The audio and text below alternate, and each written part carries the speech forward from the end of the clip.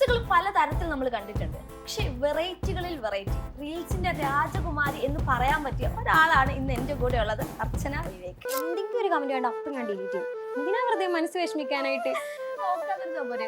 എനിക്ക് നോക്കണം, നോക്കിയിട്ട് ഞാൻ ഡിലീറ്റ് ചെയ്യണം. വേറൊരാളെ കാണണ്ട. മാരേജ് കഴിഞ്ഞു ഓഡിറ്റോറിയത്തിൽ വെച്ചിട്ട് ആങ്കറെ വിളിച്ചു പറഞ്ഞു 2 വർഷത്തെ പ്രണയം പൂവണിയുന്നു, വീട്ടുകാരെല്ലാവരും ഫ്രണ്ടിലുണ്ട്. അപ്പൊ അമ്മയും അച്ഛനും ഭയങ്കര ഷോക്കായിട്ട് ഓഡിറ്റോറിയത്തിൽ ഏട്ടൻ എൻ്റെ അടുത്ത് ഇഷ്ടമാണെന്ന് പറഞ്ഞ ഉടനെ തന്നെ എൻ്റെ അടുത്ത് ഫസ്റ്റ് പറഞ്ഞത് എൻ്റെ ഫേസ്ബുക്കിൻ്റെ പാസ്വേഡ് ഇതാണ്, അതിലൊന്ന് ജസ്റ്റ് ചെക്ക് ചെയ്യണം. അത് ഒന്നുകൊണ്ടല്ല, ഞാൻ ഇതാണ് എൻ്റെ ക്യാരക്ടർ, ഓക്കെ ആണെങ്കിൽ മാത്രം തന്നെ അക്സെപ്റ്റ് ചെയ്താൽ മതി. ഈ താലിമാല ഇടാതെ നടക്കുന്നതിനുള്ള എന്താ? താലിമാല ഇപ്പൊ ഹസ്ബൻഡ് ആവണമെന്ന് പറയുന്നതിൽ താലിമാലയാണോ അതിൻ്റെ ആ ഒരു സിഗ്നേച്ചർ എന്ന് പറയുന്നതല്ലോ. അപ്പോൾ ഞാൻ ഫിലിമിൽ ചാൻസ് ചോദിച്ചിട്ട് അവിടെ പോയ സമയത്ത് എനിക്ക് ചെറിയൊരു മോശമായിട്ടുള്ള ഒരു അനുഭവം ഉണ്ടായി. അവിടെ സ്റ്റേ ചെയ്യാനായിട്ട് പറഞ്ഞു. അങ്ങനെയൊക്കെ ചെയ്താൽ മാത്രമേ ഈ ഫിലിമിൽ അഭിനയിക്കാൻ പറ്റൂ, അങ്ങനെ ഉണ്ടോ? എത്ര പാഷനേറ്റ് ആയിട്ട് ആഗ്രഹിച്ച് നടക്കുന്ന എത്ര ആളുകളുണ്ട് എന്നറിയോ.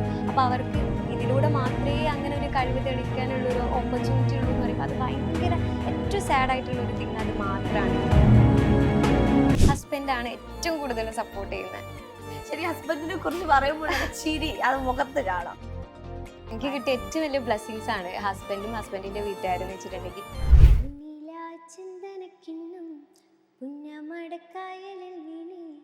കുഞ്ഞിളം കയ്യിൽ മെല്ലെ കുറിയെടുക്കാൻ വാ, മുണ്ടകൻ കൊയ്ത്തു കഴിഞ്ഞ് ആച്ചക്കിളിക്കൂവും നേരം മഞ്ഞണിത്തൂവൽ കൊണ്ടൊരു കൂടൊരുക്കാൻ വാ. എല്ലാവർക്കും നമസ്കാരം. ഫൺ വിത്ത് സാറിന്റെ ഒരു അടിപൊളി എപ്പിസോഡിലേക്ക് ഏവർക്കും സ്വാഗതം. ഞാൻ ആമിന സലീം. റീൽസുകൾ പലതരത്തിൽ നമ്മൾ കണ്ടിട്ടുണ്ട്. പക്ഷെ വെറൈറ്റികളിൽ വെറൈറ്റി റീൽസിന്റെ രാജകുമാരി എന്ന് പറയാൻ പറ്റിയ ഒരാളാണ് ഇന്ന് എന്റെ കൂടെ ഉള്ളത്, അർച്ചന വിവേക്. ചേച്ചി സ്വാഗതം. ഹായ്, എന്തൊക്കെയുണ്ട് വിശേഷം? സുഖമായിട്ടിരിക്കുന്നു. ഞാൻ ആദ്യം പറഞ്ഞ പോലെ റീൽസിന്റെ രാജകുമാരി, എങ്ങനെ ഈ കണ്ടന്റിലോട്ടൊക്കെ വരുന്നേ? റീൽസിന്റെ രാജകുമാരി എന്നൊന്നും പറയാനില്ല, എന്നെക്കാൾ അടിപൊളിയായിട്ട് റീൽസ് ചെയ്യുന്നവരുണ്ട്. അതെ, ഞാൻ മെയിനായിട്ട് ഫോക്കസ് ചെയ്യുന്നത് റീക്രിയേഷൻ വീഡിയോസിലാണ്. അതെ, ഞാൻ കണ്ടിട്ടുണ്ട് പല പാട്ടുകളും വിഷ്വൽസ് വീണ്ടും റീക്രിയേറ്റ് ചെയ്ത് ചെയ്യുന്നത്. അതിലേക്ക് എങ്ങനെ എത്തിയത്? ആരെങ്കിലും കണ്ട് ഇൻസ്പയർഡ് ആയതാണോ? അതെ, ഹിന്ദി വീഡിയോസ് കാണും. അപ്പോൾ നമുക്ക് മലയാളീസ് എന്ന് പറഞ്ഞിട്ടുണ്ടെങ്കിൽ കമൻസ് ചെയ്യും, അല്ലെങ്കിൽ ലൈക്ക് ഒക്കെ കിട്ടും. പക്ഷേ ഫോളോവേഴ്സ് കുറവായിരിക്കും. അവർക്ക് ഫോളോ ചെയ്യാൻ കുറച്ച് മടിയാണ്, ലൈക്ക് ചെയ്യാനും മടിയാണ്. കാരണം വ്യൂവേഴ്സ് ഒക്കെ 1 മില്യൺ ഉള്ളതിന് ചിലപ്പോൾ ലൈക്ക് നമുക്ക് കണ്ടിട്ടുണ്ടെങ്കിൽ 35K 40K അങ്ങനെയൊക്കെ ആയിരിക്കും. പക്ഷേ ഹിന്ദിക്കാർ അങ്ങനെയല്ല കേട്ടോ, പെട്ടെന്ന് ഫോളോ ചെയ്യും. അപ്പോൾ ഹിന്ദി കണ്ടന്റ്സിൽ റീക്രിയേഷൻ വീഡിയോസ് ചെയ്യാനായിട്ട് മുഴുവൻ ഹിന്ദിക്കാരാണോ? അയ്യേ, അല്ലല്ല, ഇപ്പോഴാണ് അങ്ങനെ റീക്രിയേഷൻ വീഡിയോസിലേക്ക് സ്റ്റാർട്ട് ചെയ്തത്. ഒരു 2 വീഡിയോ ചെയ്തപ്പോൾ നല്ല ഫോളോവേഴ്സ് ഹിന്ദിക്കാരത് കയറാൻ തുടങ്ങി. അപ്പൊ ഞങ്ങൾക്ക് തോന്നി ഫോളോവേഴ്സ് ആണല്ലോ നമുക്ക് വേണ്ടത്, അപ്പോൾ ഹിന്ദി റീക്രിയേഷൻസ് കുറച്ചൊന്ന് പിടിക്കാന്ന് സ്റ്റാർട്ട്. ഇത് കണ്ടിട്ട് എല്ലാവരും ഹിന്ദിയിൽ വീണ്ടും ചെയ്യാൻ തുടങ്ങും. ചെയ്യട്ടെ. അല്ല, ഈ ലൊക്കേഷൻ കോസ്റ്റ്യൂം ഇതൊക്കെ എങ്ങനെ കറക്റ്റ് ആയിട്ട് കിട്ടുന്നത്? അത് നമ്മൾ കോസ്റ്റ്യൂമിൻ്റെ കാര്യമാണെങ്കിൽ സ്റ്റിച്ച് ചെയ്യാൻ പറ്റുമെങ്കിൽ സ്റ്റിച്ച് ചെയ്യും, അതല്ലെങ്കിൽ പോയി വാങ്ങും, തപ്പി പിടിച്ച് പോയി വാങ്ങി എങ്ങനെയായാലും അതേപോലെയുള്ള കോസ്റ്റ്യൂംസ് സെറ്റ് ചെയ്യും. കുറെ സ്ട്രഗിൾ ചെയ്തിട്ടുണ്ടല്ലേ? അതെ, ലൊക്കേഷനും അതുപോലെ എക്സാക്ട് ലൊക്കേഷൻ അല്ലെങ്കിലും കുറച്ചൊരു റിലേറ്റഡ് ആയിട്ടുള്ള ലൊക്കേഷൻ ആണെങ്കിൽ കറക്റ്റ് ആയിരുന്നു വിഷ്വൽസിലൊക്കെ എല്ലാം. തലേ ദിവസം നമ്മൾ പോയിട്ട് അത് ഫുൾ നോക്കി വെക്കും, എന്നിട്ട് നെക്സ്റ്റ് ഡേ സെറ്റ് എടുക്കും. ഏറ്റവും കൂടുതൽ ഈ റീൽസ് ഒക്കെ എടുക്കാൻ സപ്പോർട്ട് ചെയ്യുന്നതാരാ? ഹസ്ബൻഡാണ് ഏറ്റവും കൂടുതൽ സപ്പോർട്ട് ചെയ്യുന്നത്. ശരി, ഹസ്ബൻഡിനെ കുറിച്ച് പറയുമ്പോൾ ചിരി അത് മുഖത്ത് കാണാം. പിന്നെ എങ്ങനെയാ ഈ ഹസ്ബൻഡ് ഇത്ര സപ്പോർട്ട് ചെയ്ത് നിൽക്കുന്നതിന്റെ ഒരു ഇത്? എങ്ങനെയാന്ന് ചോദിച്ചിട്ടുണ്ടെങ്കിൽ എനിക്കിപ്പോൾ ഡെയിലി ഞങ്ങൾ കിടക്കുന്ന സമയത്ത് എന്ന് വെച്ചിട്ടുണ്ടെങ്കിൽ എൻ്റെ ഫോണിലാട്ടെ ഫസ്റ്റ് നോക്കുക എങ്ങനെയുണ്ട്, റീച്ച് കയറുണ്ടോ, എത്ര ഫോളോവേഴ്സ് കയറി. അപ്പോൾ തന്നെ എൻ്റെ അടുത്ത് പറയും, അച്ചൂസേ എത്ര ഫോളോവേഴ്സ് കയറി, അടിപൊളിയില്ലേ, ഇനി ഇതുപോലത്തെ വീഡിയോസ് ചെയ്യണമെന്നൊക്കെ പറയും. പിന്നെ ഏതെങ്കിലും വീഡിയോസ് കാണുന്ന സമയത്ത് എനിക്ക് ഇങ്ങനെ റീൽസ് അയച്ചു തരും, ഇത് ചെയ്ത് നോക്ക് അത് ചെയ്ത് നോക്ക് അങ്ങനെയൊക്കെ പറഞ്ഞിട്ട്. എല്ലാം മാനേജ് ചെയ്യുന്നത് ഹസ്ബൻഡ് ആണോ? മാനേജ് ചെയ്യുന്നതല്ല, അത്യാവശ്യം നല്ല രീതിയിൽ സപ്പോർട്ട് ചെയ്യുന്നുണ്ട്. ഈ കണ്ടന്റ് ആദ്യമായിട്ട് ഹസ്ബൻഡ് ആണോ പറഞ്ഞത് ഇങ്ങനെ ചെയ്താൽ വൈറലാവും എന്നൊക്കെ? അല്ലല്ല, ഞാനും ചെയ്യാറുണ്ട്, ഹസ്ബൻഡ് ചെയ്യാറുണ്ട്, പിന്നെ എൻ്റെ ഫ്രണ്ട്സും നല്ല രീതിയിൽ കണ്ടന്റ്സ് ഒക്കെ ഹെൽപ്പ് ചെയ്യാറുണ്ട്. ഹസ്ബൻഡിന്റെ വീട്ടുകാര് സപ്പോർട്ടീവ് ആണെന്ന് കേട്ടിട്ടുണ്ട്. പിന്നെ അല്ല, എനിക്ക് കിട്ടിയ ഏറ്റവും വലിയ ബ്ലെസ്സിങ്സ് ആണ് ഹസ്ബൻഡും ഹസ്ബൻഡിന്റെ വീട്ടുകാരെന്ന് വെച്ചിട്ടുണ്ടെങ്കിൽ. കാരണം ഒന്ന് ജസ്റ്റ് എൻ്റെ വീഡിയോസ് കണ്ടിട്ടുണ്ടെങ്കിൽ അറിയാം, കുറേ ബോയ്സിന്റെ കൂടെയാണ് ഞാൻ വീഡിയോസ് ചെയ്യാറുള്ളത്. പക്ഷെ അവരൊക്കെ എന്ന് വെച്ചിട്ടുണ്ടെങ്കിൽ അത്രയും സിസ്റ്റർ അല്ലെങ്കിൽ ഭയങ്കര കട്ട ഫ്രണ്ട്സ് എന്നുള്ള രീതിയിലാണ്. പക്ഷെ ഒരു റിലേഷൻഷിപ്പിലുപരി കല്യാണം കഴിഞ്ഞിട്ട് ഇത്രയും ബോയ്സിന്റെ കൂടെ പാതിരാത്രി അല്ലെങ്കിൽ രാവിലെ അങ്ങനെ മീൻസ് അത്രയും ഫ്രീ ആയിട്ട് തന്നെ ഒന്ന് ആലോചിച്ച് നോക്കിയാൽ അത് ഭയങ്കര ബ്ലെസ്സിങ്സ് തന്നെയല്ലേ. ഹസ്ബൻഡ് ഓക്കെ എന്ന് വിചാരിക്കും, പക്ഷെ ഹസ്ബൻഡിന്റെ വീട്ടുകാരും കൂടെ ഇതിനെ സപ്പോർട്ട് ചെയ്യാന്ന് പറയുമ്പോൾ അതും എൻ്റെ കൂടെ വീഡിയോ ചെയ്യുന്ന ബോയ്സ് ഒക്കെ എൻ്റെ വീട്ടിൽ വരും, ഐ മീൻ ഹസ്ബൻഡിന്റെ വീട്ടിൽ വരും, അവർ ഫുഡൊക്കെ ഉണ്ടാക്കി കൊടുക്കും, നമ്മൾ സ്റ്റേ ചെയ്യും വീട്ടിൽ, അങ്ങനെ അത്രയും അടിപൊളിയാണ്. ശരിക്കും കല്യാണം കഴിഞ്ഞ് പോകുന്ന വീട്ടില് ഈ കേറി വരുന്ന കുട്ടിയെ അത്രയും സ്ട്രിക്റ്റ് ആയിട്ട് പിടിച്ചു നിർത്താനാണ് പല പാരന്റ്സ് നോക്കുന്നത്. പുറത്ത് വിടാനൊക്കെ നാണക്കേടായിട്ട് അങ്ങനെ ചെയ്യുന്ന വീട്ടുകാരാണ് പലരും. ഇത്രയും സപ്പോർട്ടീവ് ആയിട്ടുള്ള പാരന്റ്സ് കിട്ടിയത് എന്തോ വലിയ ഭാഗ്യം പോലെ. ഞങ്ങൾ ടെറസിന്റെ മുകളിൽ നിന്നൊക്കെ വീഡിയോ ചെയ്യുമ്പോൾ അപ്പുറത്തെ വീട്ടിലുള്ളവരൊക്കെ ഇങ്ങനെ നോക്കും, അതായത് ബോയ്സിന്റെ കൂടെ ഒക്കെ ഇഷ്ടമല്ലടാ അതൊക്കെ അല്ല ചെയ്തിട്ടുണ്ടായിരുന്നു. അപ്പൊ നമ്മളിങ്ങനെ ജസ്റ്റ് അങ്ങനെയൊക്കെ ഇതായിട്ടുള്ള അപ്പൊ എല്ലാവരും ഇങ്ങനെ നോക്കും. അപ്പൊ അമ്മായിയമ്മ പറയും അതിനെന്താ പോവാൻ പറയാ, അത് ഒരു പറയട്ടെ, ഇങ്ങള് ചെയ്തോ നമുക്ക് അറിയണല്ലേ, അങ്ങനെ പറയും. അപ്പൊ ഇവർക്ക് ഇത്രയും റീച്ച് കയറുമ്പോൾ ഇത്രയും ഫോളോവേഴ്സ് ഒക്കെ വരുമ്പോ എന്താ ഇവരുടെയൊക്കെ ഒരു സന്തോഷമല്ല അഭിപ്രായം? അവർക്ക് ഭയങ്കര ഹാപ്പിയാണ്, അത്രയാണ് അഭിപ്രായം. ഭയങ്കര പ്രൗഡാണോ മരുമകളില്? ഇന്നാള് എൻ്റെ സ്വന്തം അച്ഛൻ ഒരു സ്ഥലത്ത് പോയ സമയത്ത് അവിടെ ഉള്ളവർക്കൊക്കെ ഭയങ്കര ബഹുമാനം, അച്ഛനെ ഓൾറെഡി അറിയാം. എന്നിട്ട് അവരെ പറയുന്നത് റീൽസ് ചെയ്യുന്ന അർച്ചന എൻ്റെ അച്ഛനാണ്. അപ്പം എന്നെ വിളിച്ചിട്ട് പറഞ്ഞു അച്ഛൻ സാർ നല്ല രീതിയിൽ തന്നെ റീൽസ് ഇനിയും ചെയ്യണം കേട്ടോ, കാരണം ഇവർക്കൊക്കെ ഒരു ബഹുമാനം ഉണ്ട്, അത് കീപ്പ് ചെയ്ത് പോകണം, അങ്ങനെ പറഞ്ഞു. ശരിക്കും ഒരു ഭാഗ്യമല്ലേ അതൊക്കെ? സത്യല്ലേ. ഇപ്പൊ അവരോട് എന്താ പറയുക, അത്രയും സ്നേഹത്തില് അവരോട് എന്താ പറയാനുള്ളത്? ആരോട്? അച്ഛനും മീൻസ് ഹസ്ബൻഡിന്റെ അച്ഛനും അമ്മയോടൊക്കെ എന്താ പറയാനുള്ളത്? ഇതേപോലെ തന്നെ പോവാ. സ്റ്റാർട്ടിങ് തന്നെ ഞാൻ കണ്ടപ്പോൾ വിചാരിച്ചു ഒരു കുറച്ച് കഴിഞ്ഞിട്ടുണ്ടെങ്കിൽ മേ ബി അത് സ്ക്രിപ്റ്റ് ആവുമോ എന്നുള്ളത്. പക്ഷെ ഇപ്പൊ 3 years ആയി, ഇപ്പോഴും അതേപോലെ തന്നെ തുടരാണ്. കാരണം ഇപ്പൊ എന്നെ നോക്കിയാൽ അറിയാം, ഒരു സിന്ദൂരല്ല, താലിമാലല്ല. ഈ താലിമാല ഇടാതെ നടക്കുന്നതിനുള്ള ഇതെന്താ? താലിമാല ഇപ്പൊ ഹസ്ബൻഡ് ആവണമെന്ന് പറയുന്നതില് താലിമാലയാണോ അതിന്റെ ആ ഒരു സിഗ്നേച്ചർ എന്ന് പറയുന്നത്? അല്ലല്ലോ. പല കുലസ്ത്രീകളും അങ്ങനെയാണല്ലോ പറയുന്നത്. നമ്മൾ ഈ ജനറേഷനിലുള്ളവർ അതൊക്കെ മാറ്റിക്കൊണ്ട് വരണ്ടേ സത്യം പറഞ്ഞിട്ടുണ്ടെങ്കിൽ. അത് ചെയ്യുന്ന പറയുന്നത് ഒരു എനിക്കറിയില്ല എന്താന്നുള്ളത്, ട്രഡീഷണൽ ആയിരിക്കാം, പക്ഷെ അത് ത്രൂ ആണ് നമ്മുടെ റിലേഷൻ മുന്നോട്ട് പോവാ. താലിട്ടില്ലെങ്കിൽ നിന്റെ ഹസ്ബൻഡ് അല്ലാണ്ടാവുക, അങ്ങനെയൊന്നും ഇല്ലല്ലോ. ഒരിക്കൽ പോലും ഇപ്പൊ വീട്ടുകാർ പറഞ്ഞിട്ടില്ല താലിമാല ഇടണം? ഫസ്റ്റ് ഒക്കെ പറഞ്ഞിട്ടുണ്ടായിരുന്നു. എൻ്റെ അച്ഛനും അമ്മയും കുറച്ച് ആ ഒരു കാര്യത്തിലുണ്ട്, അയ്യോ മോളെ ഇതെന്താ താലില്ലാത്ത ആൾക്കാർ എന്താ പറയാ, ആ ഒരു രീതിയിലൊക്കെ പറയായിരുന്നു. പക്ഷെ പിന്നെ ഞാൻ ഏട്ടന് ഒരു കുഴപ്പമില്ല. അപ്പൊ പിന്നെ ഏട്ടന് കുഴപ്പമില്ലെങ്കിൽ അവർക്ക് ഇപ്പൊ എന്താ പ്രശ്നം? പല നമ്മള് 90s ആൾക്കാരാണല്ലോ നമ്മുടെ പാരന്റ്സ് എന്ന് പറയുന്നത്. അവർക്ക് ഈ താലിമാല ഇട്ടില്ലെങ്കിലൊക്കെ ഭയങ്കര പ്രശ്നമായിട്ട് കാണുന്ന ആൾക്കാരാണ്. അപ്പൊ അവരുടെ കൂടെ എന്തെങ്കിലും ഫംഗ്ഷൻസിനൊക്കെ പോകുമ്പോ കുറച്ച് സംഭവമാക്കിയിട്ട് താലിമാല അതൊക്കെ ഇട്ട് പോകും. അവരുടെ കൂടെ പോകുമ്പോ സ്വർണ്ണമൊക്കെ സെറ്റ് ആയിട്ട് തന്നെ പോവല്ലേ. ചില സമയത്ത് നമുക്ക് ഇങ്ങനെ സിന്ദൂരൊക്കെ തൊടുമ്പോ ഒരു ഭംഗിയല്ലേ, ഒരു ഭാര്യ സംഭവം വരുമല്ലോ, കുടുംബിനിയായ ഒരു ഫീല്. ഈ ശരിക്കും ആദ്യമായിട്ട് വൈറലാവുന്ന റീൽ ഏതാ? ഏതില്ല? ടിക്ടോക്കിലാണോ അതോ ടിക്ടോക്കിലെ രാജകുമാരിയാണെന്ന് ഞാൻ കേട്ടിട്ടുണ്ട്, അതിലേക്ക് വരാം. ടിക്ടോക്ക് ആയിരുന്നു മെയിൻ. ഇൻസ്റ്റാഗ്രാമിൽ വരുമ്പോ ആദ്യം വൈറലാവുന്ന റീൽ ഏതായിരുന്നു? നമ്മൾ അത്രയും കഷ്ടപ്പെട്ടെടുക്കുന്ന ചില വീഡിയോസ് ഉണ്ട്. കഷ്ടപ്പെട്ടെന്ന് വെച്ചാൽ ഞങ്ങൾ അത്രയും സ്ട്രഗിൾ ചെയ്ത് നൈറ്റ് കംപ്ലീറ്റ് ആയിട്ട് എടുക്കുന്ന വീഡിയോസ് ഒക്കെ ഉണ്ട്. പക്ഷെ അതൊന്നും റീച്ച് ഉണ്ടാവില്ല. വെറുതെ ട്രെയിനിൽ ഞാനും എൻ്റെ ഫ്രണ്ടും കൂടെ പോകുമ്പോൾ ട്രെയിനാണ് എന്തെങ്കിലും എടുക്കണ്ടേ, ബോറടിച്ചിരിക്കാന്ന് വിചാരിച്ചിട്ട് അങ്ങോട്ടും ഇങ്ങോട്ടും നോക്കിയിട്ട് പിരികം കൊണ്ട് ജസ്റ്റ് ഒരു എക്സ്പ്രഷൻ ഇട്ടു. അതിന് 2 million likes ആണ് കിട്ടിയത്. 2 million likes. Ashley look at me, ആ ഒരു സാധനമില്ലായിരുന്നു ആ സാധനത്തിന് ചെയ്തപ്പോ. അപ്പൊ ഞാൻ വിചാരിച്ചു കഷ്ടപ്പാടിനൊന്നൊരു വില അല്ലേ ദൈവമേ. അല്ല ഇപ്പൊ പെമ്പിള്ളേര് വെറുതെ നടന്നു പോയ റീച്ച് ആണല്ലോ. സത്യം. ഈ ടിക്ടോക്കിൽ എങ്ങനെയാ വരുന്നേ? ആദ്യം വൈറൽ ഏതൊക്കെ ടിക്ടോക്കിലായിരുന്നില്ലേ? ടിക്ടോക്ക് ഒരു അടിപൊളി തന്നെയായിരുന്നു. അത് ബാൻ ചെയ്തപ്പോ വിഷമമില്ലേ? നല്ല വിഷമമുള്ള കാര്യം പറയുന്നു.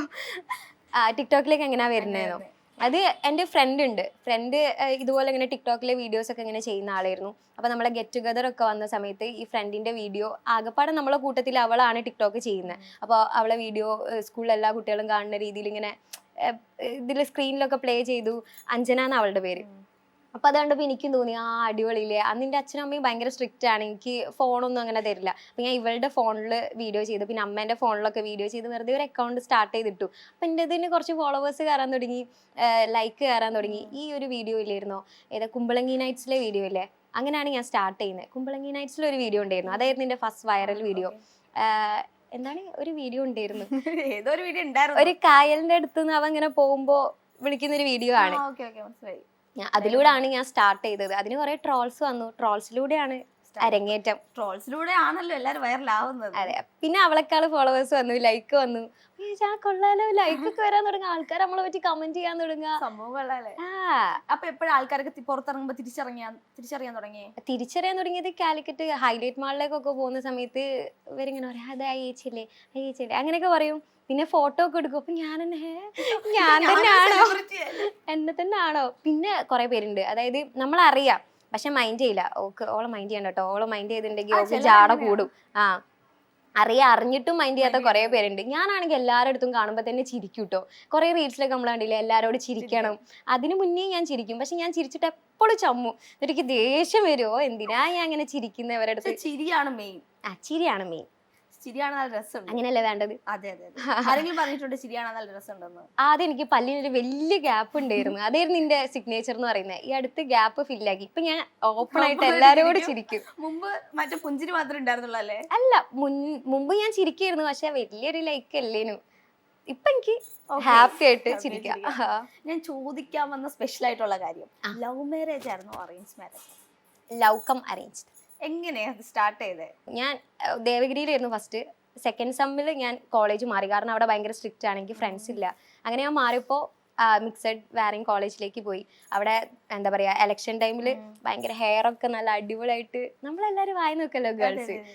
അപ്പോൾ ഒരു ബോയ് നല്ല സൂപ്പർ, എന്ത് ഭംഗി അറിയാം കാണാൻ വേണ്ടിയിട്ട്. അപ്പൊ എന്റെ ഫ്രണ്ട് പറഞ്ഞു, എടാ ആ ചെക്കൻ നല്ല അടിപൊളിയില്ലേ, അങ്ങനെ അങ്ങനെയൊക്കെ പറഞ്ഞു. അപ്പൊ ഞാൻ പറഞ്ഞു, നല്ല അടിപൊളി, ഇനി അത് മാറ്റാം, വേറെ ആളെ നോക്കാം. അപ്പൊ വേറെ ആളെ നോക്കിയപ്പോൾ വേറെ ഒരു ക്യാപ്പ് ഇട്ടിട്ട് വേറെ ഒരു ചെക്കൻ. അങ്ങനെ അങ്ങനെ ഞങ്ങൾ വായി നോക്കിയല്ലായിരുന്നു ടൈം.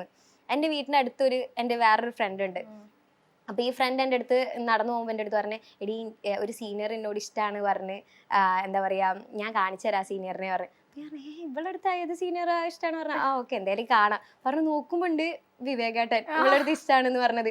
അപ്പോൾ ഫ്രണ്ടിന്റെ ലവർ അല്ലേ, അപ്പൊ എന്തായാലും നമ്മൾ നോക്കണത് മോശമല്ലേ. അങ്ങനെ ഇവര് പിന്നെ ഈ വിവേകേട്ടൻ ജസ്റ്റ് എനിക്ക് മെസ്സേജ് അയച്ചു, എൻ്റെ ഏതൊരു ഫോട്ടോയ്ക്ക് ജസ്റ്റ് ലൈക്ക് ഇട്ട്, ബോയ്സ് ആണ് വായനോട്ടം സ്വാഭാവികമാണ്. അങ്ങനെ എനിക്ക് മെസ്സേജ് അയച്ചു. മേ ബി ഏട്ടന് കുറെ ഗേൾസ് ഉണ്ടാവാം, അതുകൊണ്ടല്ലേ എനിക്ക് മെസ്സേജ് അയച്ചു, ഒരു പെണ്ണിനെ വെച്ചിട്ട്. അപ്പോ സ്വാഭാവികം മനസ്സിലാവും. അങ്ങനെ ഞങ്ങള് മെസ്സേജ് അയച്ചു. പിന്നെ ഇവൾക്ക് വേറെ ഏതൊരു, അയ്യോ അയാളുടെ പേര് പറയണ്ട, കാരണം ഇവളുടെ ഇപ്പത്തെ ലവർ എന്ന് പറഞ്ഞിട്ടുണ്ടെങ്കിൽ ഭയങ്കര ഫേമസ് ആയിട്ടുള്ള ഒരു സിനിമാ നടനാണ്. അപ്പൊ പറയണ്ട. അതെ അതെ. അപ്പോ എന്താ പറയാ, അവളായിട്ട് റിലേഷനിൽ പോയി. വിവേകേട്ടനെ ഇവള് തേച്ചു. അപ്പൊ ഏട്ടൻ നേരെ എനിക്കോ, എന്നോട് ഞാൻ അന്ന് സാരി ഇട്ടിട്ട് ഒരു കോളേജിൽ ഒരു ആർട്സ് ഡേക്ക് പോയിട്ടുണ്ടായിരുന്നു. പറഞ്ഞ് സാരിയിൽ സൂപ്പർ ആയിട്ട്, അത് പറഞ്ഞിട്ട് എനിക്ക് സ്റ്റാർട്ടിങ് മെസ്സേജ് അയച്ചത്. കോഴിത്തരം. അങ്ങനെ നമ്മള് ചാറ്റ് ചെയ്തു, റിലേഷനിലായി. അപ്പൊ മറ്റേ റിലേഷൻ അവള് ഞാൻ പറഞ്ഞില്ലേ ഏട്ടനെ തേച്ചിട്ട് ഒരു അടിപൊളി ഓപ്പർച്യൂണിറ്റി കിട്ടിയപ്പോ തേച്ചു. അപ്പൊ പിന്നെ വിവേകേട്ടൻ ഞാനും തമ്മിൽ സെറ്റായി. മെസ്സേജിലൂടെയാണോ സെറ്റായി? മെസ്സേജിലൂടെ സെറ്റായി. പക്ഷെ ഞാൻ ഒരിക്കലും വിചാരിച്ചില്ല കേട്ടോ, കാരണം ഓൾറെഡി ഞാനൊരു റിലേഷൻ ബ്രേക്കപ്പ് ആയി നിൽക്കായിരുന്നു. ഇനി ഒരു റിലേഷൻ ഉണ്ടെങ്കിൽ അച്ഛനും അമ്മയും പറഞ്ഞിരുന്ന ഒരാളെ തന്നെ ഞാൻ കല്യാണം കഴിക്കൂന്നായിരുന്നു വിചാരിച്ചത്. വീട്ടിലാണെങ്കിലും ലവ് എന്ന് പോയിട്ട് ഇല്ലാന്ന് പോലും പറയാൻ പാടില്ല, അങ്ങനത്തെ അവസ്ഥയാണ്. അപ്പം ഞാൻ ഒരിക്കലും വിചാരിച്ചില്ല. പിന്നെ ഏറ്റവും കോമഡി എന്താണെന്ന് വെച്ചിട്ടുണ്ടെങ്കിൽ, ഹസ്ബൻഡിന്റെ വിവേകേട്ടൻ്റെ അടുത്ത് ഞാൻ പറഞ്ഞു എൻ്റെ വീട്ടിൽ ഭയങ്കര സ്ട്രിക്റ്റ് ആണ്. അങ്ങനെ ഞാൻ ജസ്റ്റ് റിലേഷനിലായപ്പോൾ ഞാൻ ഏട്ടൻ്റെ അടുത്ത് പറഞ്ഞു വീട്ടിൽ കല്യാണത്തിന് എന്തായാലും സമ്മതിക്കൂല. അങ്ങനെ ഞങ്ങൾ ഫേക്കായിട്ട് ഏട്ടൻ്റെ അമ്മ വീട്ടിലേക്ക് അറേഞ്ച്ഡ് മാരേജ് എന്നുള്ള രീതിയിൽ വിളിച്ചു. ചേട്ടൻ്റെ വീട്ടിൽ ഓക്കെ ആയിരുന്നോ? ഭയങ്കര ഓക്കെ ആയിരുന്നു, അമ്മയൊക്കെ ഓക്കെ ആയിരുന്നു. അങ്ങനെ വിളിച്ചു. നമ്മൾ അറേഞ്ച് മാരേജ് പക്ക എൻ്റെ വീട്ടിലെല്ലാവരെയും പറ്റിച്ച്, വീട്ടിൽ ഏട്ടനെ ഓഫീസിൽ വന്ന് അന്വേഷിച്ചു. എന്തായാലും പാരൻസ് വന്ന് അന്വേഷിക്കുമല്ലോ, ഒറ്റ മോളല്ലേ. അന്വേഷിച്ചപ്പോൾ ഞാൻ അമ്മേൻ്റെ അച്ഛൻ്റെ അടുത്ത് പറഞ്ഞ മാനേജറാണെന്നാണ്. അങ്ങനെ അവിടെ വന്ന് അന്വേഷിച്ചപ്പോൾ ഏട്ടൻ ഓഫീസിൽ പറഞ്ഞു, ദയവേദിൻ്റെ മാനേജർ ആക്കിയിട്ട് ഇവിടെ എല്ലാവരുടെ അടുത്തും പറയണം. അന്വേഷിച്ചപ്പോൾ ഒക്കെ മാനേജറാണ് എന്നൊക്കെ കള്ളത്തരം പറഞ്ഞു. ലാസ്റ്റ് മാരേജ് ഒക്കെ ഫിക്സ് ചെയ്തു. അച്ഛനും അമ്മയാണ് അഭിമാനത്തോടെ പറയും, എൻ്റെ മോള് ഒരു ആൺകുട്ടീൻ്റെ മുഖത്ത് പോലും നോക്കൂല, അറേഞ്ച്ഡ് മാരേജ് ആണ്. അങ്ങനെ മാരേജ് കഴിഞ്ഞു. ഓഡിറ്റോറിയത്തിൽ വെച്ചിട്ട് ആങ്കറെ വിളിച്ചു പറഞ്ഞു, 2 വർഷത്തെ പ്രണയം പൂവണിയുന്നു, വീട്ടുകാരെല്ലാവരും ഫ്രണ്ടിലുണ്ട്. അപ്പൊ അമ്മയും അച്ഛനും ഭയങ്കര ഷോക്കായിട്ട് ഓഡിറ്റോറിയത്തിൽ നിന്ന് ഇറങ്ങിപ്പോയി. ലാസ്റ്റ് 2 വീക്സ് കഴിഞ്ഞപ്പോ നന്നായി ഞങ്ങള്. പിണങ്ങിയപ്പോഴത്തേക്കും പിന്നെ അച്ഛനും അമ്മയെന്ന് വെച്ചാൽ അത്രയും പ്രതീക്ഷയില് കുടുംബക്കാരുടെ അടുത്തൊക്കെ പറഞ്ഞത് എന്താണ്, ലവ് മാരേജ് അല്ല അറേഞ്ച്ഡ് മാരേജ് ആണെന്നാ പറഞ്ഞത്. അപ്പൊ എല്ലാരും മുന്നിട്ട് നാണം കെട്ടു. പക്ഷെ എന്തായാലും ഈ ലവിന് എന്തായാലും ഇത്രമാത്രം പ്രശ്നമാക്കാനുള്ളത് അല്ലേ നമ്മള്? പക്ഷെ അതെ, അല്ല അവർക്ക് വിശ്വാസം ഇല്ലാത്തതായിരിക്കാം. നമ്മളെ അല്ല, ഒരാള് നമ്മളിലേക്ക് വരുമ്പോ അവർ എത്രത്തോളം ജെന്യൂൻ ആയിരിക്കും എന്ന് അറിയില്ലല്ലോ. അതെ അതെ. അതാണ് ഇപ്പോഴത്തെ പാരന്റ്സ്. എല്ലാ പാരന്റ്സും ഇത് തന്നെയാണ് ചിന്തിക്കുന്നത്. പക്ഷെ നമ്മളാരും ചിന്തിക്കില്ല എന്ന് മാത്രം. അതെ, ഇപ്പൊ പക്ഷെ എന്റെ അച്ഛനും അമ്മയ്ക്കും ഭയങ്കര അഭിമാനമാണ് കേട്ടോ. കാരണം ഇത്രയും സപ്പോർട്ടീവ് ആയിട്ടുള്ള ഒരു ഫാമിലിനെ എനിക്ക് കിട്ടിയില്ല. അന്ന് അത് ചെയ്തില്ലായിരുന്നെങ്കിൽ ഇന്ന് ഇത്രയും നല്ലൊരു ഹസ്ബൻഡിനെ കിട്ടാതിരിക്കും. സത്യം. പക്ഷെ ശരിക്കും ഞാൻ ഒരു കാര്യം ചോദിക്കട്ടെ. ചോദിക്കും. അവള് ഫസ്റ്റ് ലവ് ഉണ്ടായിരുന്നല്ലോ, ഫസ്റ്റ് ആണോന്ന് അറിയില്ല, കൊറേ ലവിന്റെ ഇടയിൽ ലവ്. അത് പോവാൻ വേണ്ടി ശരിക്കും കാത്തിരുന്നതല്ലേ? കാത്തിരിക്കാനൊന്നുമില്ല. ഞാൻ പറഞ്ഞല്ലോ, ഞാൻ നോക്കുകയാണെങ്കിൽ തന്നെ ഞാൻ ടൈം പാസിനെ നോക്കുള്ളൂ ഏട്ടനെ. പക്ഷെ അച്ഛനും അമ്മയും പറഞ്ഞിരുന്ന ഒരാളെ കല്യാണം കഴിക്കുന്നായിരുന്നല്ലോ ഞാൻ വിചാരിച്ചിട്ടുണ്ടായിരുന്നത്. ഞാൻ പാട്ട് പാടുമെന്ന് കേട്ടിട്ടുണ്ട്. പാട്ട് പാടില്ല. പാടില്ല കേട്ടിട്ടുണ്ട്. പാടണം, പാട്ട് പാടണം. പാട്ട് പാടിയിട്ടുണ്ടെങ്കിൽ ആമി നല്ല പേരാ, ആമി പോടും. നമുക്ക് നോക്കാം. വേണ്ട, പാട്ട് വേണ്ട. ചേച്ചി നല്ല സ്വീറ്റ് വോയിസ്, ഇതിൽ കൂടുതൽ എനിക്ക് പൊക്കാൻ പറ്റത്തില്ല. പോരട്ടെ. ഏത് സ്റ്റേജിലും ഏത് സ്കൂളിലും ഞാൻ പാടുന്ന ഒരു പാട്ടുണ്ട്, അതെന്നെ പാടാം. കക്ക കൂടെ എവിടെയാണെങ്കിൽ ഞാൻ പോവേ. അതല്ല എന്തായാലും.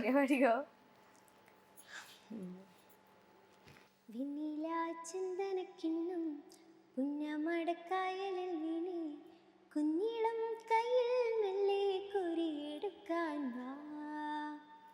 മുണ്ടകൻ കൊയ്ത്തു കഴിഞ്ഞ് ആച്ചക്കിളിക്കൂവും നേരം മഞ്ഞണിത്തൂവൽ കൊണ്ടൊരു കൂടൊരുക്കാൻ വാ. കാലിമേയുന്ന പുല്ലാനിക്കാട്ടിൽ കണ്ണിമാങ്ങ കടിച്ചു നടക്കാം. കാറ്റിൻ പാദസരങ്ങൾ കിളുക്കാം. കുഞ്ഞി മഞ്ചാടിക്കുന്നിലേറാം.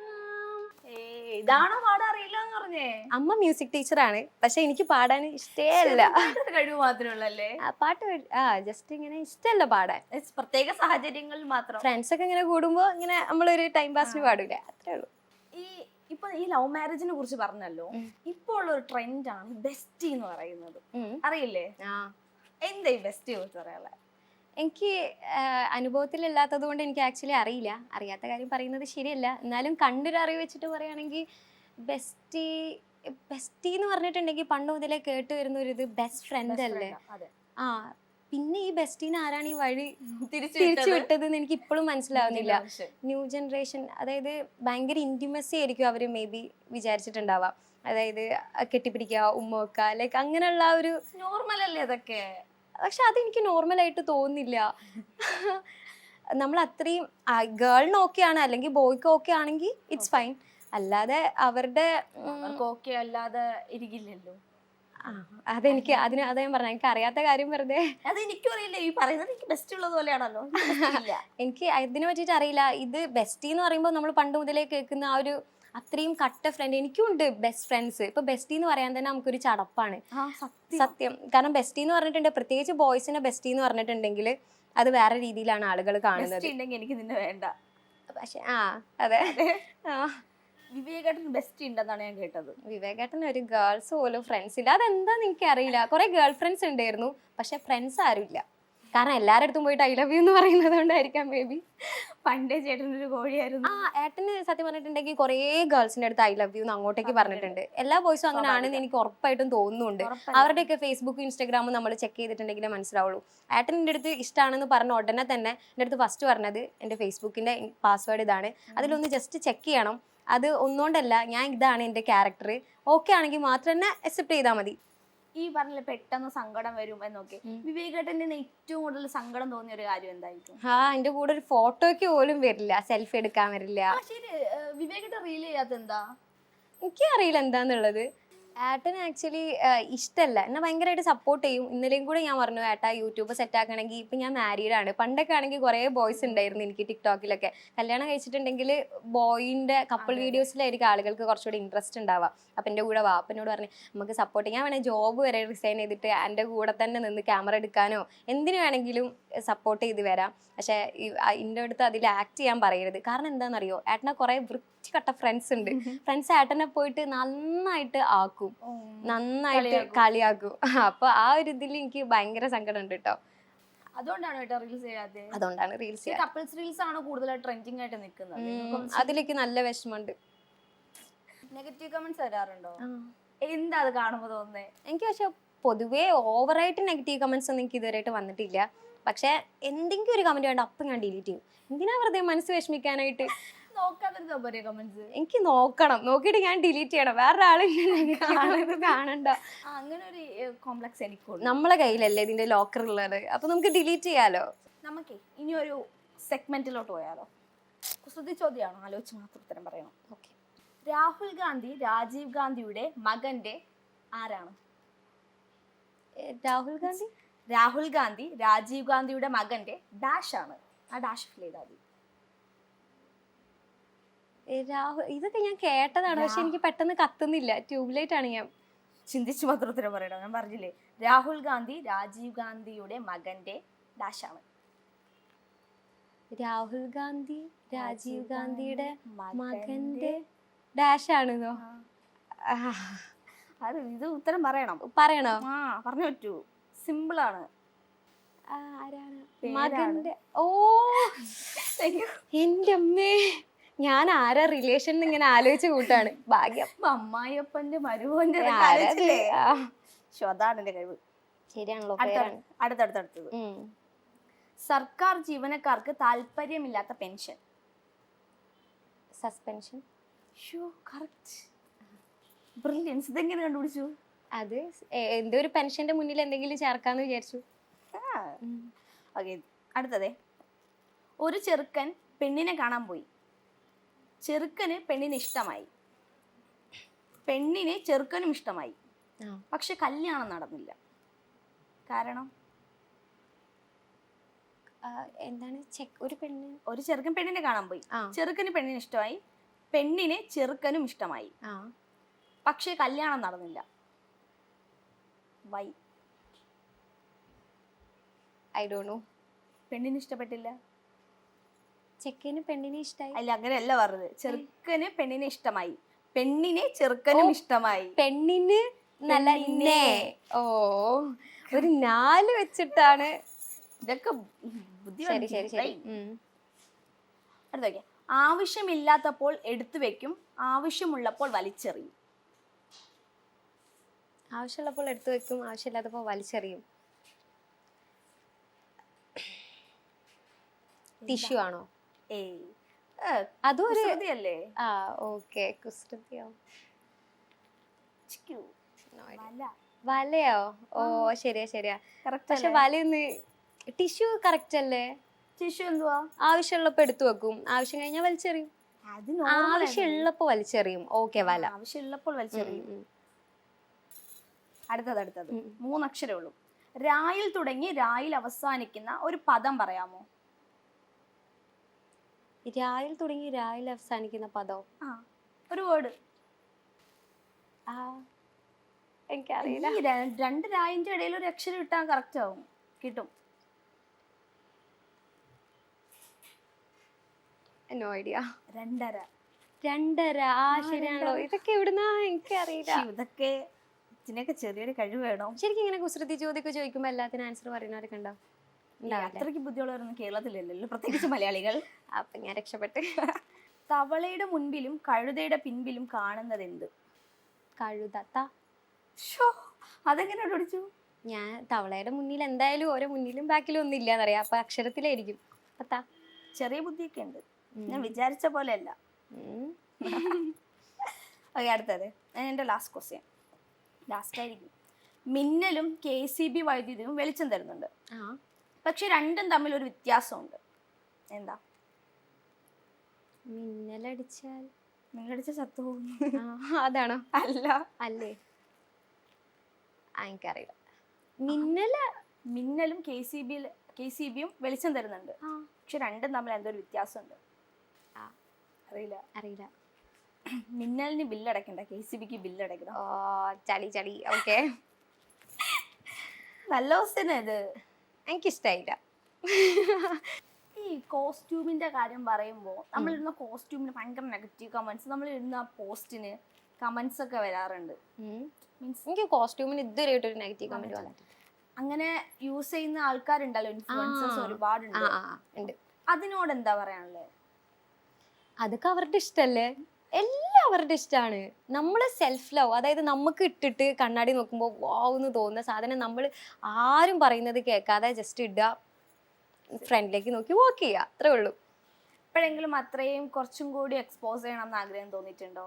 എനിക്ക് എക്സ്പോസ് ചെയ്യണമെന്ന് ആഗ്രഹം തോന്നിയിട്ടില്ല. സ്ലീവ്ലെസ് ഞാൻ പറഞ്ഞില്ലേ, ഞാൻ മിഡി ഇട്ട് അങ്ങനെ ഒരു ഭയങ്കര ഇതായിട്ടുള്ള ആളായിരുന്നു. അപ്പൊ ഞാൻ ജീൻ ഇടാൻ തുടങ്ങി, പിന്നെ ജീന് കുറച്ച് ഇൻ ചെയ്യാൻ തുടങ്ങി, പിന്നെ സ്ലീവ്ലെസ് ഇടാൻ തുടങ്ങി. അതിൽ കൂടുതൽ എക്സ്പോസിങ് ഞാൻ ചെയ്യാറില്ല. ഇല്ല. ഈ സിനിമയിലൊക്കെ അഭിനയിച്ചിട്ടുണ്ട്, ഒരു സിനിമയിൽ അഭിനയിച്ചിട്ടുണ്ട്, പക്ഷെ അത് റിലീസ് ആയിട്ടില്ല എന്ന് ഞാൻ കേട്ടിട്ടുണ്ട്. എന്താ ശരിക്കും സംഭവിച്ചത്? അത് കോവിഡ് ടൈമിലായിരുന്നു. ഒരു അന്നാബൻ മൂവി ആയിരുന്നു. അന്നാബന്റെ നെയ്ബർ ആയിട്ടായിരുന്നു. നല്ല അത്യാവശ്യം നല്ലൊരു റോളൊക്കെ ആയിരുന്നു. പക്ഷെ അത് എന്താണെന്നറിയില്ല. എന്റെ ഭാഗ്യമാണോ അവരുടെ ഭാഗ്യക്കേടാണോ അറിയില്ല. അതെ അതെ, അത് റിലീസ് ആയിട്ടില്ല. പിന്നെ ഫിലിമിലേക്ക് ഓഡീഷനൊക്കെ പോയിട്ടുണ്ട്. അതിൽ പക്ഷേ കുറച്ച് ഇൻറ്റിമേറ്റ് സീന് വേണം അങ്ങനെയൊക്കെ പറഞ്ഞതുകൊണ്ട് പോയില്ല. പിന്നെ എനിക്ക് ഒരു പ്രൊഡ്യൂസറിനെ നല്ലതായിട്ട് അറിയാം, ഒരു ചാരിറ്റി റിലേറ്റഡ് ആയിട്ട് അറിയുന്നതാണ്. അപ്പോൾ ഞാൻ ഫിലിമിൽ ചാൻസ് ചോദിച്ചിട്ട് അവിടെ പോയ സമയത്ത് എനിക്ക് ചെറിയൊരു മോശമായിട്ടുള്ള ഒരു അനുഭവം ഉണ്ടായി. അവിടെ സ്റ്റേ ചെയ്യാനായിട്ട് പറഞ്ഞു. അപ്പോൾ പിന്നെ എനിക്ക് പേടി അങ്ങനത്തെ ഒക്കെ. അല്ല, ഞാൻ ഒരു ഡൗട്ട് ചോദിക്കട്ടെ, അങ്ങനെയൊക്കെ ചെയ്താൽ മാത്രമേ ഈ ഫിലിമിൽ അഭിനയിക്കാൻ പറ്റൂ, അങ്ങനെ ഉണ്ടോ? എത്ര പാഷനേറ്റ് ആയിട്ട് ആഗ്രഹിച്ച് നടക്കുന്ന എത്ര ആളുകളുണ്ട് എന്നറിയോ? അപ്പോൾ അവർക്ക് ഇതിലൂടെ മാത്രമേ അങ്ങനെ ഒരു കഴിവ് തെളിയിക്കാനുള്ളൊരു ഓപ്പർച്യൂണിറ്റി ഉള്ളൂ എന്ന് പറയുമ്പോൾ അത് ഭയങ്കര ഏറ്റവും സാഡ് ആയിട്ടുള്ളൊരു തിങ് അത് മാത്രമാണ്. അങ്ങനെ ഒരു ഫീൽഡിൽ നിന്ന് അങ്ങനെ ഒരു അനുഭവം ഉണ്ടായപ്പോൾ എന്താ റിയാക്ട് ചെയ്തത് ഞാൻ പറഞ്ഞു എനിക്ക് സ്റ്റേ ചെയ്യാൻ പറ്റൂല എന്ന് പറഞ്ഞിട്ട് ഞാൻ അവിടുന്ന് അപ്പം തന്നെ ഇറങ്ങുകയാണ് ചെയ്തത്. ഇത് വീട്ടിൽ വിവേകേട്ടനോട് പറഞ്ഞില്ലേ? പറഞ്ഞിട്ടുണ്ട്. വിവേകേട്ടനോട് നല്ല, ഞാൻ എല്ലാ കാര്യം എല്ലാവരോടും പറയും. ഇപ്പം നിന്നെ തീരെ അറിയാത്ത കുട്ടിയാണെങ്കിലും 2 മിനിറ്റ് നമ്മൾ സംസാരിച്ചിരുന്നാൽ ക്വസ്റ്റ്യൻ ചോദിച്ചാൽ ഞാൻ ആൻസർ പറയും. അങ്ങനെ ഒരു മോശം അനുഭവം ഉണ്ടായതിനു ശേഷം പിന്നീട് സിനിമയിൽ അഭിനയിക്കണം എന്നുള്ള ആഗ്രഹം ഉണ്ടായിരുന്നോ? ആഗ്രഹമുണ്ട്. എല്ലാവരും മോശപ്പെട്ടവരാവണമെന്നില്ലല്ലോ, എത്ര നല്ല ആളുകളുണ്ട്. അപ്പോൾ നമുക്ക് ഭാഗ്യം ഉണ്ടെങ്കിൽ നമ്മൾ ട്രൈ ചെയ്തിട്ടുണ്ടെങ്കിലും എന്തെങ്കിലും ഒരു ചാൻസ് ഉണ്ടെങ്കിൽ ഉറപ്പായിട്ട് കിട്ടും.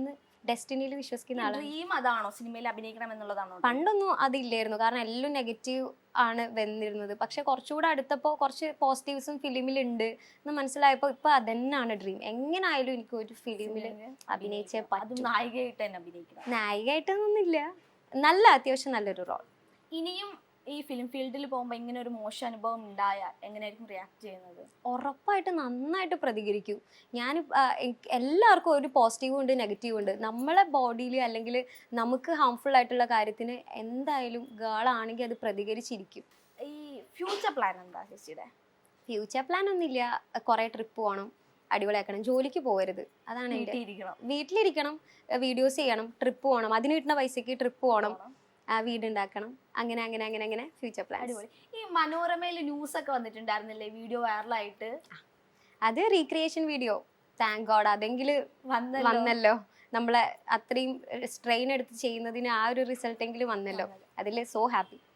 ശരിക്കും ഒരുപാട് പേര് ആഗ്രഹിക്കുന്ന അങ്ങനെ ഒരു ബിഗ് സ്ക്രീനിൽ കാണണം എന്നൊക്കെ. വാർത്തയിലൂടെ വന്നത് തന്നെ അഭിമാനിക്കാവുന്ന കാര്യം. അതെ. ഈ ട്രിപ്പ് പോവാൻ ഏറ്റവും ഇഷ്ടമുള്ള സ്ഥലം ഏതാ? എനിക്ക് ഫസ്റ്റ് മുതലേ എനിക്ക് ആഗ്രഹം മാൽദീവ്സ് ആയിരുന്നു. ഭയങ്കര. മാൽദീവ്സ് എന്ന് പറഞ്ഞാൽ നിങ്ങൾക്ക് ആഗ്രഹമില്ലേ?